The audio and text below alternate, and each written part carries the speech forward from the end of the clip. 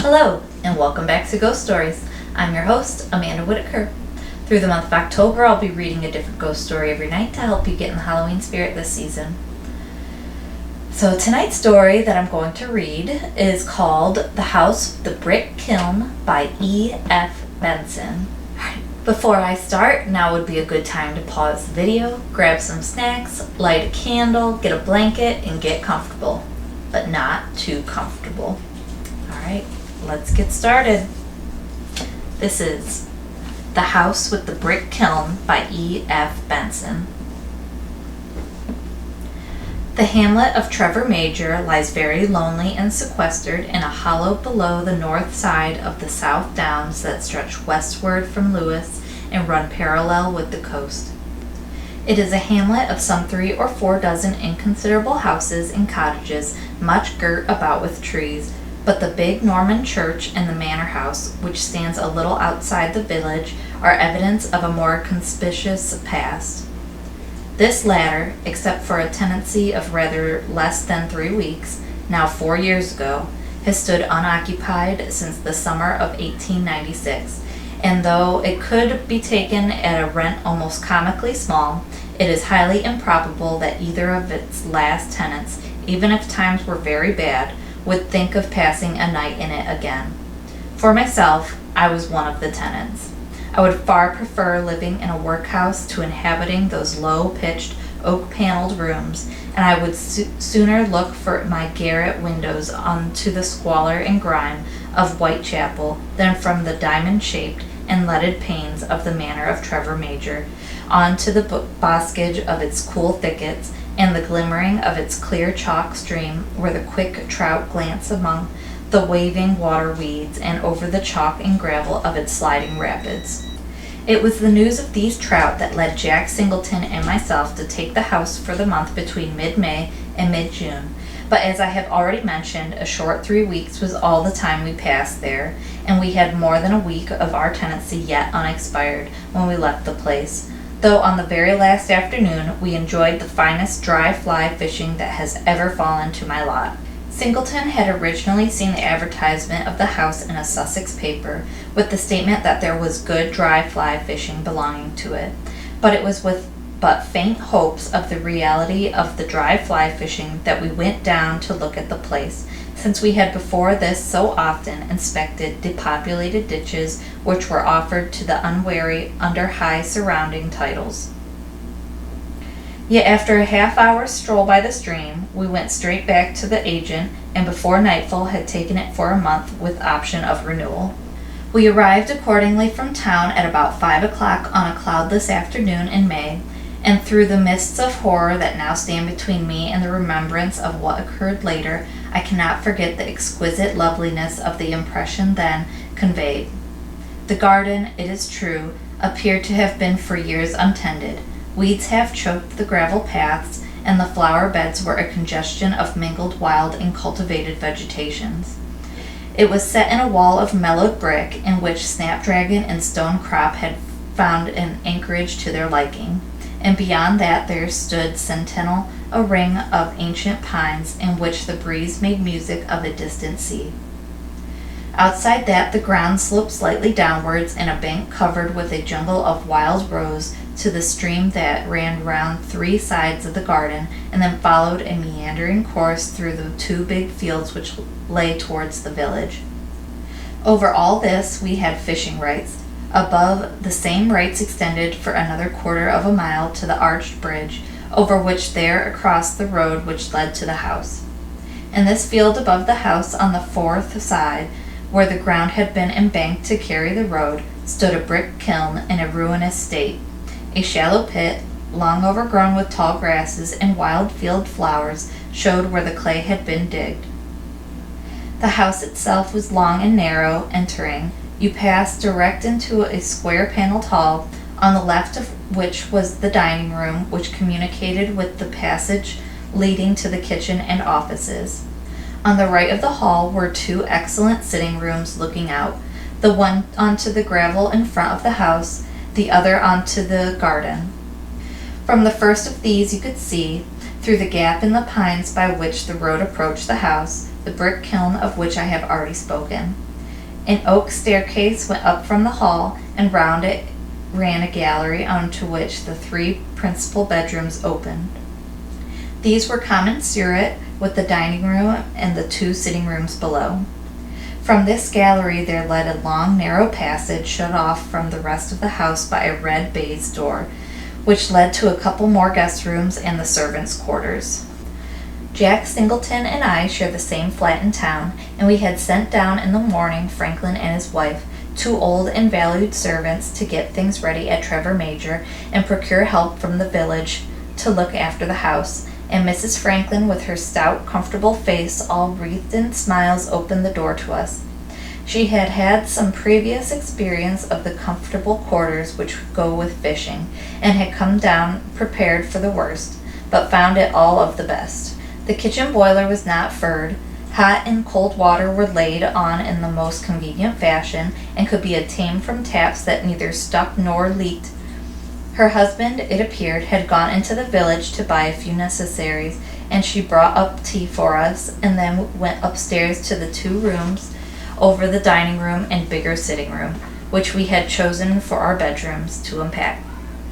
The doors of these were exactly opposite one another, up to right and left of the gallery, and Jack, who chose the bedroom above the sitting room, had thus a smaller room above the second sitting room, unoccupied, next his and opening out from it. We had a couple of hours fishing before dinner, each of us catching 3 or 4 brace of trout, and came back in the dusk to the house. Franklin had returned from the village from his errand, reported that he had got a woman to come in to do housework in the mornings, and mentioned that our arrival had seemed to arouse a good deal of interest. The reason for this was obscure. He could only tell us that he was questioned a dozen times as to whether we really intended to live in the house, and his assurance that we did produced silence and shaking of heads. But the country folk of Sussex are notable for their silence and chronic attitude of disapproval, and we put this down to local idiosyncrasy. The evening was exquisitely warm, and after dinner we pulled out a couple of basket chairs onto the gravel by the front door, and sat for an hour or so, while the night deepened in throbs of gathering darkness. The moon was not risen, and the ring of pines cut off much of the pale starlight, so that when we went in, allured by the shining of the lamp in the sitting room, it was curiously dark for a clear night in May. And at that moment of stepping from the darkness into the cheerfulness of the lighted house, I had a sudden sensation, to which, during the next fortnight, I became almost accustomed, of there being something unseen and unheard and dreadful near me. In spite of the warmth, I felt myself shiver, and concluded instantly that I had sat out of doors long enough, and without mentioning it to Jack, followed him into the smaller sitting room in which we had scarcely yet set foot. It, like the hall, was oak-paneled, and in the panels hung some half-dozen of watercolor sketches, which we examined, idly at first, and then with growing interest, for they were executed with extraordinary finish and delicacy, and each represented some aspect of the house or garden. Here you looked up the gap in the fir trees into a crimson sunset. Here the garden, trim and carefully tended, dozed beneath some languid summer noon. Here an angry wreath of storm cloud brooded over the meadow where the trout stream ran gray and leaden below a threatening sky, while another, the most careful and arresting of all, was a study of the Brick-Kiln. In this, alone of them all, was there a human figure, a man, dressed in gray, peered into the open door from which issued a fierce red glow. The figure was painted with miniature-like elaboration. The face was in profile, and represented a youngish man, clean-shaven, with a long aquiline nose and singularly square chin. The sketch was long and narrow in shape, and the chimney of the kiln appeared against a dark sky. From it there issued a thin streamer of gray smoke. Jack looked at this with attention. "What a horrible picture," he said, "and how beautifully painted. I feel as if it meant something, as if it was a representation of something that happened, not a mere sketch. But Jove!" he broke off suddenly, and went and turned to each of the other pictures. "That's a queer thing," he said. "See if you notice what I mean." With the brick kiln rather vividly impressed on my mind, it was not difficult to see what he had noticed. In each of the pictures appeared the brick kiln, chimney and all, now seen faintly between trees, now in full view, and in each the chimney was smoking. And the odd part is that from the garden side you can't really see the kiln at all, observed Jack. It's hidden by the house, and yet the artist, F.A., as I see by his signature, puts it in just the same. What do you make of that? I asked. Nothing. I supposed he had a fancy for brick kilns. Let's have a game of piquet. A fortnight of our 3 weeks passed without incident, except that again and again the curious feeling of something dreadful being close at hand was present in my mind. In a way, as I said, I got used to it, but on the other hand the feeling itself seemed to gain in poignancy. Once just at the end of the fortnight I mentioned it to Jack. Odd you should speak of it, he said, because I've felt the same. When do you feel it? Do you feel it now, for instance? We were again sitting out after dinner, and as he spoke I felt it with far greater intensity than ever before. And at the same moment the house door, which had been closed, though probably not latched, swung gently open, letting out a shaft of light from the hall, and as gently swung to again, as if something had stealthily entered. Yes, I said, I felt it then. I only feel it in the evening. It was rather bad that time. Jack was silent a moment. Funny thing the door opening and shutting like that, he said. Let's go indoors. We got up, and I remember seeing at that moment that the windows of my bedroom were lit. Mrs. Franklin probably was making things ready for the night. Simultaneously, as we crossed the gravel, there came from just inside the house the sound of a hurried footstep on the stairs, and entering we found Mrs. Franklin in the hall, looking rather white and startled. Anything wrong? I asked. She took 2 or 3 quick breaths before she answered. No, sir, she said, at least nothing that I can give an account of. I was tidying up in your room, and I thought you came in, but there was nobody, and it gave me a turn. I left my candle there. I must go up for it. I waited in the hall a moment while she again ascended the stairs and passed along the gallery to my room. At the door, which I could see was open, she paused, not entering. What is the matter? I asked from below. I left the candle alight, she said, and it's gone out. Jack laughed. And you left the door and window open, said he. Yes, sir, but not a breath of wind is stirring, said Mrs. Franklin rather faintly. This was true, and yet a few moments ago the heavy hall door had swung open and back again. Jack ran upstairs. We'll brave the dark together, Mrs. Franklin, he said. He went into my room, and I heard the sound of a match struck. Then through the open door came the light of the rekindled candle, and simultaneously I heard a bell ring in the servants' quarters. In a moment came steps, and Franklin appeared. What bell was that? I asked. Mr. Jack's bedroom, sir, he said.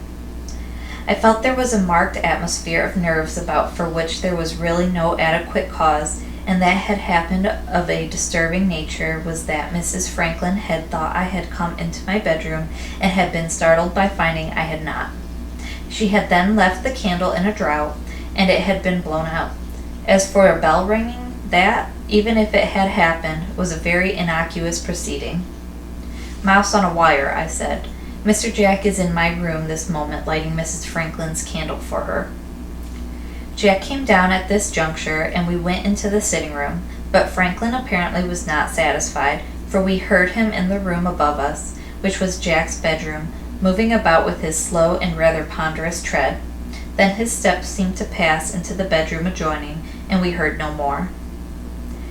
I remember feeling hugely sleepy that night, and we went to bed earlier than usual, to pass rather a broken night with stretches of dreamless sleep interspersed with startled awakenings, in which I passed very suddenly into complete consciousness.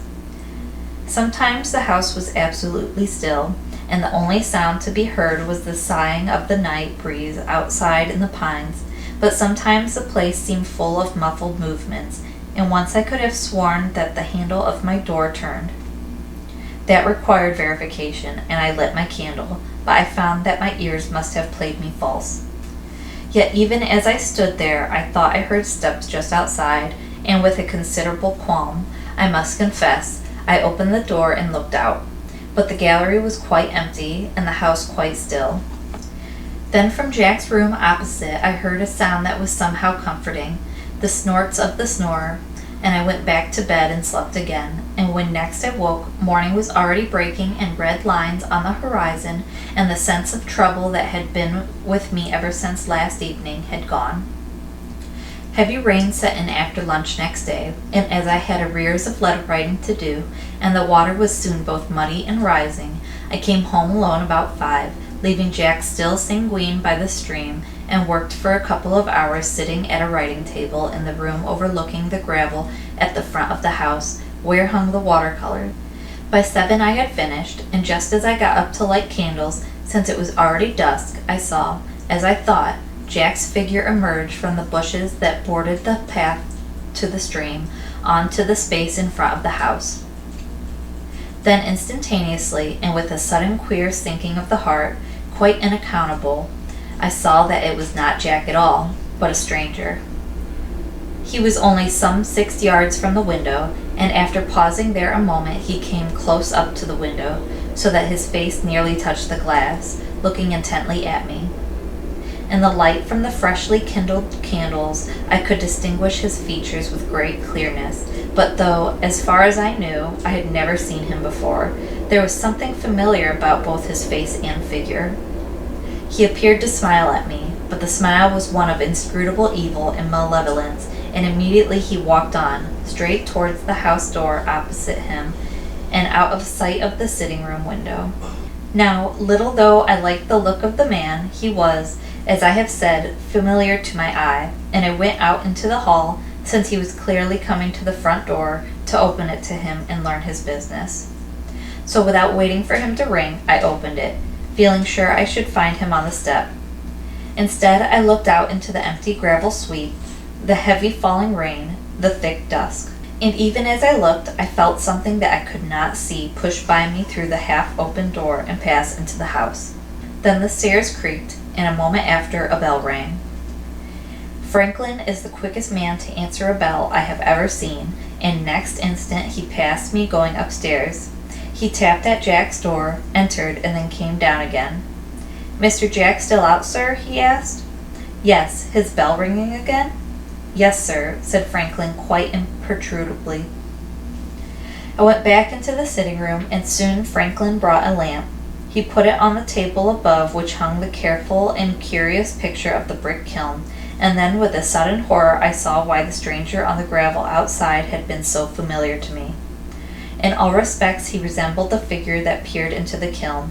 It was more than a resemblance, it was an identity. And what had happened to this man who had inscrutably and evilly smiled at me?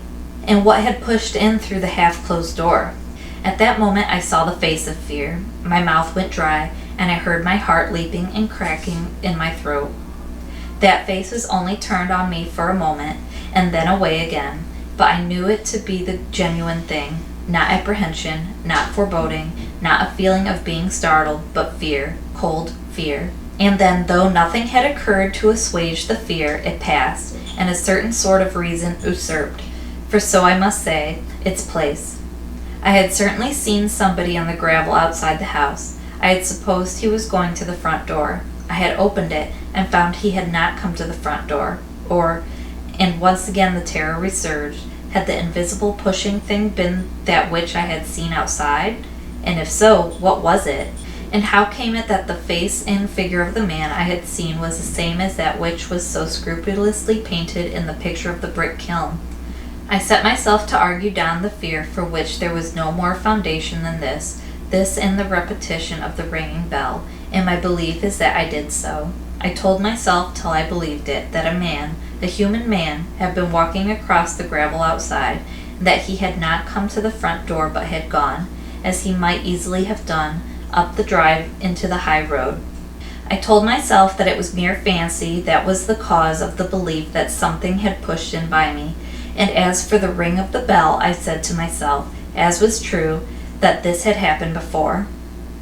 And I must ask the reader to believe also that I argued these things away and looked no longer on the face of fear itself. I was not comfortable, but I fell short of being terrified. I sat down again by the window, looking onto the gravel in front of the house, and finding another letter that asked, though it did not demand an answer, proceeded to occupy myself with. Straight in front led the drive through the gap in the pines and passed through the field where lay the brick-kiln. In a pause of page-turning, I looked up and saw something unusual about it. At the same moment, an unusual smell came to my nostril. What I saw was smoke coming out of the chimney of the kiln. What I smelt was the odor of roasting meat. The wind, such as there was, set from the kiln to the house. But as far as I knew, the smell of roast meat probably came from the kitchen where dinner, so I supposed, was cooking. I had to tell myself this. I wanted reassurance, lest the face of fear should look whitely on me again. Then there came a crisp step on the gravel, a rattle at the front door, and Jack came in. "Good sport," he said. "You gave up too soon." And he went straight to the table above which hung the picture of the man at the brick kiln and looked at it. Then there was silence, and eventually I spoke, for I wanted to know one thing. "Seen anybody?" I asked. "Yes. Why do you ask?" "Because I have also, the man in that picture." Jack came and sat down near me. "It's a ghost, you know," he said. He came down to the river about dusk and stood near me for an hour. At first I thought he was real, and I warned him that he had better stand further off if he didn't want to be hooked. And then it struck me he wasn't real, and I cast, right through him, and about 7 he walked up towards the house. "Were you frightened?" "No, it was so tremendously interesting." "So you saw him here too? Whereabouts?" "Just outside. I think he is in the house now." Jack looked around. "Did you see him come in?" he asked. "No, but I felt him. There's another queer thing too. The chimney of the brick kiln is smoking." Jack looked out of the window. It was nearly dark, but the wreathing smoke could just be seen. "So it is," he said. "Fat, greasy smoke. I think I'll go up and see what's on. Come too." "I think not," I said. "Are you frightened?" "It isn't worthwhile. Besides, it is so tremendously interesting."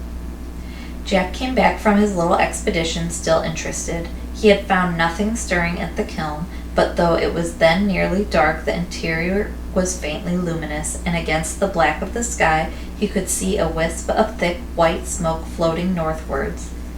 But for the rest of the evening we neither heard nor saw anything of abnormal importance, and the next day ran a course of undisturbed hours.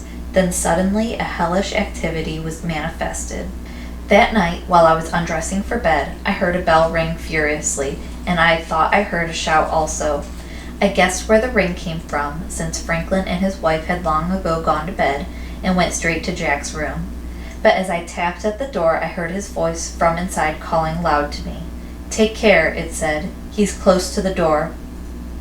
A sudden qualm of blank fear took a hold of me, but mastering it as best I could, I opened the door to enter, and once again something pushed softly by me, though I saw nothing. Jack was standing by his bed, half undressed. I saw him wipe his forehead with the back of his hand. "He's been here again," he said.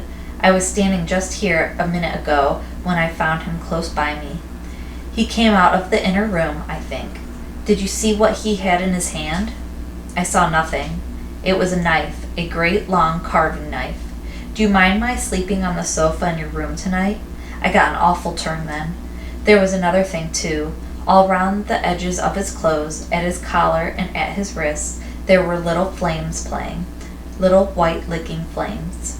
But the next day, again, we neither heard nor saw anything, nor that night did the sense of that dreadful presence in the house come to us. And then came the last day. We had been out till it was dark, and as I said, had a wonderful day among the fish. On reaching home, we sat together in the sitting room, when suddenly from overhead came a tread of feet, a violent pealing of the bell, and the moment after yell as of someone in mortal agony. The thought occurred to both of us that this might be Mrs. Franklin in terror of some fearful sight, and together we rushed up and sprang into Jack's bedroom. The doorway into the room beyond was open, and just inside it we saw the man bending over some dark huddled object. Though the room was dark, we could see him perfectly, for a light stale and impure seemed to come from him. He had again a long knife in his hand, and as we entered he was wiping it on the mass that lay at his feet. Then he took it up, and we saw what it was, a woman with head nearly severed. But it was not Mrs. Franklin. And then the whole thing vanished, and we were standing looking into a dark and empty room. We went downstairs without a word, and it was not till we were both in the sitting room below that Jack spoke. "And he takes her to the Brick-Kiln," he said rather unsteadily. "I say, have you had enough of this house?" "I have. There is hell in it." About a week later Jack put into my hand a guidebook to Sussex open at the description of Trevor Major, and I read, "Just outside the village stands the picturesque manor house, once the home of the artist and notorious murderer Francis Adam. It was here he killed his wife in a fit, it is believed, of groundless jealousy, cutting her throat and disposing of her remains by burning them in a brick kiln. Certain charred fragments found 6 months afterward led to his arrest and execution. So I prefer to leave the house with the brick kiln and the pictures signed F.A. to others." Alright, so that concludes our ghost story. I'll be reading a different ghost story every night this October, so don't forget to tune back in tomorrow. I'm your host, Amanda Whitaker. Good night and happy Halloween.